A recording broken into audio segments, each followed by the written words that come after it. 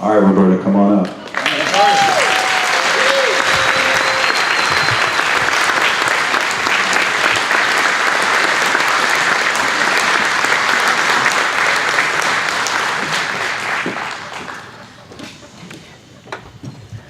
Told Ryan, you better hug me. Good evening. I have short words tonight, remarks I should say.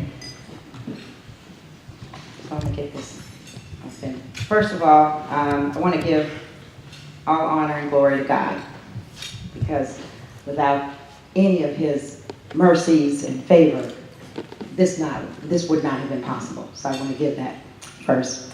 Second of all, I know many of you know or have heard about Lou Smith, who we lost this week. And he was a tremendous track coach, died suddenly. Many of us had a chance to attend the visitation, the funeral. Was the head coach at Parkway South for many, many years, and then was assistant coach at Marquette. And so, if I can, let's bow our head for a moment of silence for Lou Smith.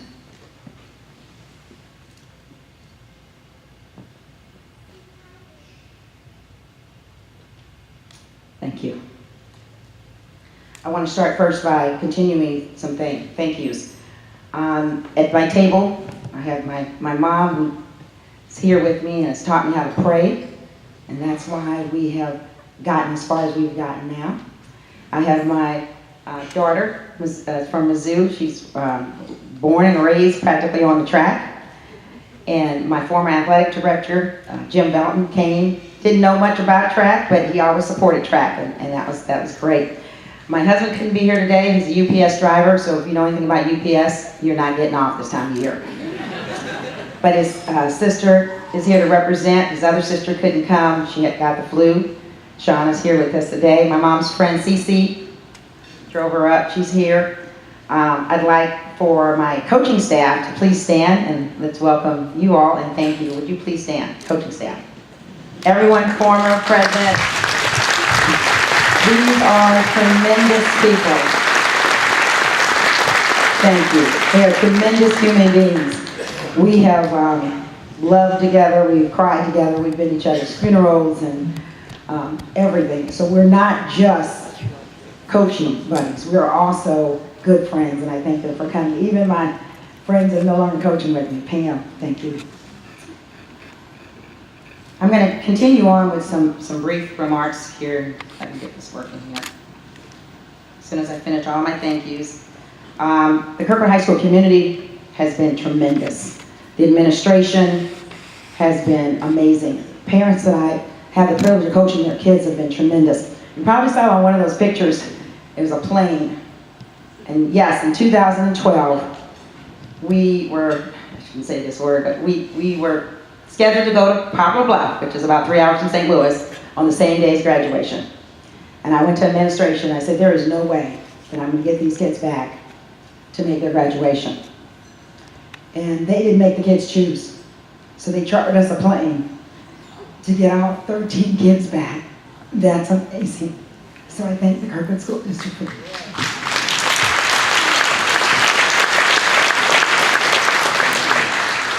Did not expect to get choked up over that, but that was awesome. My AD couldn't be with us. He's at the National AD's Convention, so he couldn't be here today. I also want to thank all those coaches in Suburban South and Suburban West I've had the privilege of working with for the last 29 years. Lou Smith, I just mentioned, Marty Magowski, Ray Davis, his daughter is Rebecca. Rebecca, I don't know if she's even here. Now coaches Battle. Loved watching her when she was in high school. Tom Gozy, Chris Scott, Jim Carey, Roland Garrison, who actually I was a senior in high school, and Rolo, who's now at Rockwood Summit, he was his first coaching position. Tremendous, and I'm leaving out a whole lot of other people, and I don't mean to do that, but I do know we want to roll on. My Mizzou teammates, Coach Rick McGuire, who I had an opportunity for him to know him my senior years when he came to Mizzou to coach. And I want to also thank and congratulate the other Hall of Famers that are here tonight, and I've loved coaching with all of these gentlemen, and I wish you well as we continue on into the season.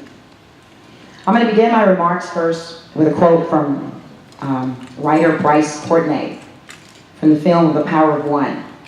He once said, sometimes the slightest change of directions in our lives, or the merest chance, let's start that again. Sometimes the slightest things change the directions of our lives. The merest breath of a circumstance, a random moment that connects like a meteorite striking the earth. Lives have swiveled and changed direction on the strength of a chance remark. So here are my remarks for tonight. We're going to take a slight departure from the regular Hall of Fame speeches that you may expect to hear, because I value your presence, and I'd like to take the opportunity to talk to all the wonderful coaches and teachers that work with athletes and students. About 3 years ago, with the help of our senior captains and the entire coaching staff, the Kirkwood High School Track and Field Mission Statement was revised to reflect a more global and personal vision.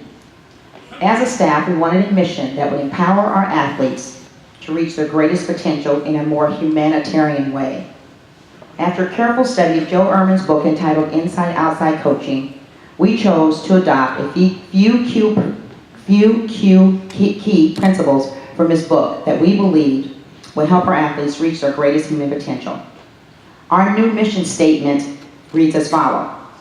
Our mission is to help athletes become young people of empathy and integrity, who understand how to be positive agents of change in the world. We will uphold the legacy of Pioneer Track and Field, which is to create, improve, and develop better human beings through the participation in our sport. We believe strongly that our #1 responsibility as educators and coaches is to help young people that have been put in our charge become better human beings and contributors in the world. This is our overall mission for every athlete that participates in our sport. John Wooden, a former basketball player, UCLA coach, and Hall of Famer, once said, "You have an amazing opportunity to have a positive influence in the lives of your players. You have an opportunity to improve their lives and their future."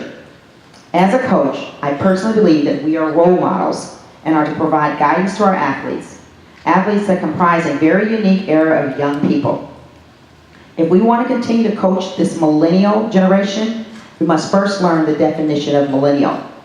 We must be willing to educate ourselves to the very complicated world they live in. CBS News correspondent Morley Safer said the millennials are enormously clever and resourceful, yet some of them are absolutely incorrigible. It's their way or the highway. You can't be too harsh. You cannot tell them you're disappointed in them. You can't really ask them to live track and field or too much of anything, because they are living and breathing themselves. And that keeps them very busy. He goes on to say that while this generation has extraordinary technical skills, garnering every gadget imaginable to communicate on a variety of platforms, cell phones, iPods, Twitter, Facebook, becoming almost an extension of their bodies and being. They talk, walk, listen, type, and text all at the same time. And the priority is simple. They come first. The coaching environment can oftentimes be a psychological battlefield, and millennials just may have the upper hand. We now have a generation growing up with the expectation that they will automatically win, and they'll always be rewarded even for just showing up. They live, then work. They want to work, but they don't want to work. They don't want work to be their life. It means you should arrange your schedule to accommodate their lifestyle. And yet, they believe by the time it's all said and done, they will lay claim to be the greatest generation.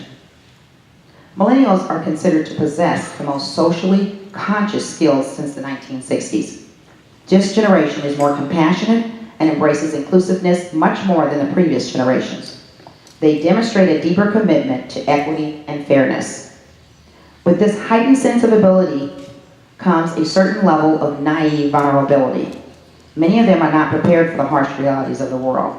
They're inundated with messages that include sexting, inappropriate language, and underage drinking. Those once taboo activities have become the new norm for them.